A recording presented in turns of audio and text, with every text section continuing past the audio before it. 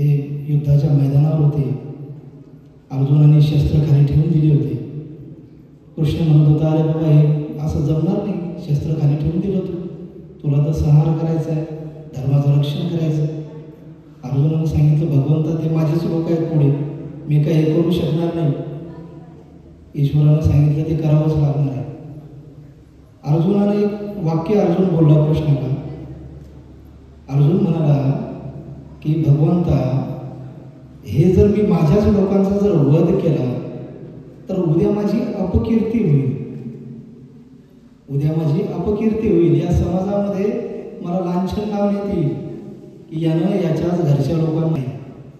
बघा अनुभवी आहात तरी सुद्धा सांगतो, यामध्ये आहे सूक्ष्म अहंकार.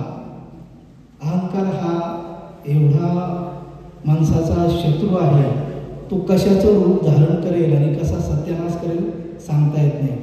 मला का नाही बोलवलं, मला का नाही म्हटलं, मला का नाही त्या ठिकाणी बसवलं वगैरे वगैरे, अतिशय सूक्ष्म अहंकार असतो. अर्जुनानं कृष्णाला म्हटलं की मी ह्यापेक्षा मरण पत्करेल. म्हणजे अहंकार हा एवढा मोठा आहे की धर्माचं कार्य तर बाजूला ठेवा, पण मी मरणसुद्धा पत्करायला तयार आहे. म्हणून आपण अनुभवी आहात, आपण ज्येष्ठ आहात, तर आपलं जे मन आहे, अहंकाराच्या मुळाशी आहे मन. हे मन काही शांत बसू देत नाही.